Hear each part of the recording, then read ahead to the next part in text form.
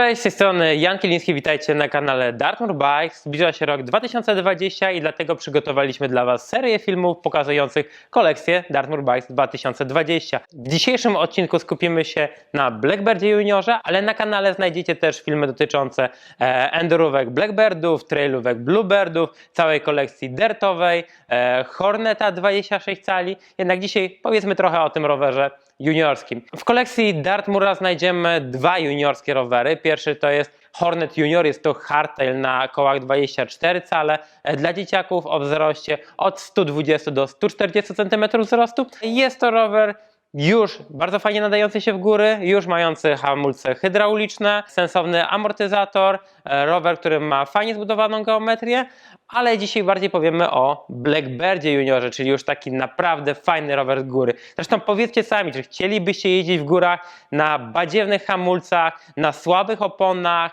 na niedziałającym zawieszeniu? Jeżeli wy byście nie chcieli, to dlaczego dzieciaki muszą walczyć z takim rowerem? Dlatego my przygotowaliśmy rower, który właśnie ma te rzeczy specjalnie przygotowane, żeby młody rider mógł bardzo fajnie bawić się na trasach. Blackbird Junior jest to rower, który istnieje w kolekcji już trzeci sezon. W tym roku przeszedł on troszeczkę zmian. Jeżeli chodzi o samą ramę, to tutaj jedyną zmianą jest kolorystyka. Powiedzmy, że ten jest bardziej chłopięcy, tamten może nie dla każdego był wystarczająco męski, żeby na niego wsiąść. Ten zdecydowanie powinien być ciekawszy. Jeżeli chodzi o samą konstrukcję, to rama się nie zmienia. Jest to konstrukcja oparta o rurkach i elementach, które są użyte w dorosłej wersji Blackbirda, czyli rama może odrobinę ciężka, ale za to na pewno niezniszczalna i na pewno kolejne młode pokolenie będzie mogło na tych ramach jeździć, bo myślę, że ona jest nie do zakatowania. Przejdźmy jednak konkretnie do użytych komponentów. W sezonie 2020 zmieniła się amortyzacja. Tak jak w niektórych innych rowerach Dartmoora możemy tutaj znaleźć X-Fusiona. Jeżeli chodzi o przedni widelec, jest to RC32, czyli widelec na aluminiowych górnych goleniach z sprężyną powietrzną, z regulacją kompresji i odbicia, czyli z takim zakresem regulacji, żeby odpowiednio dostosować do pracy pod niską masą, pod dzieciakiem, który też rośnie i zwiększa swoją masę. Tak samo damper. Mamy tutaj X-Fusiona O2 Pro w wersji R, czyli z regulacją odbicia. Tak samo możemy go regulować ze wzrostem masy dzieciaka. Przejdźmy dalej. Jeżeli chodzi o hamulce, mamy tu hamulce SRAM Level, czyli powiedzmy hamulec trailowy, ale pamiętajmy, że on ma tutaj do wyhamowania mniejszą masę na mniejszych kołach, ale jest to już hamulec hydrauliczny i spokojnie małymi łapkami będzie można ten rower bezpiecznie zatrzymać w terenie górskim.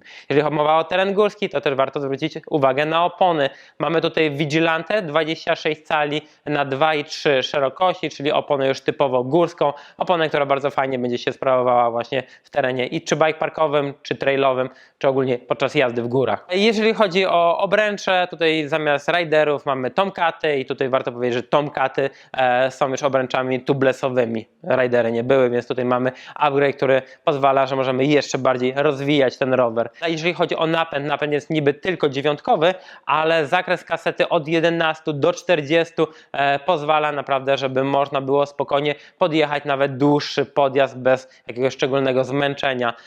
Oczywiście odpowiednio jest dobrana przednia zębatka. Tutaj mamy zębatkę 28 zębów. Pozwala to naprawdę na bardzo lekkie przełożenie. Zresztą mamy tutaj koło 26 cali, więc nie przekładajcie tego wprost na rower z 27,5 czy nawet 29 cali. Jest to naprawdę bardzo lekkie przełożenie do podjeżdżania. Jak mówimy o napędzie, mamy tutaj, tak jak powiedziałem, napęd dziewiątkowy na przerzutce X4 z manetką X5, czyli powiedzmy, że bardzo prosty napęd, ale łatwy do wyregulowania i trudny do tego, żeby sam się rozregulowywał. To co ważne, jeżeli chodzi o zębatkę 28, jest ona przyczepiona do korby dwuczęściowej o długości ramienia 165, czyli odpowiednio mniejsza od korb dorosłych, no bo jak wiemy, mniejszy człowiek to też ma mniejsze nogi. Z takich małych smaczków, które możemy zobaczyć w rowerze juniorskim, jest to odpowiednio mniejsza wersja siodełka. Jeżeli chodzi o cenę takiego roweru, na pewno nie jest to mało, jeżeli bierzemy pod uwagę, że to jest rower na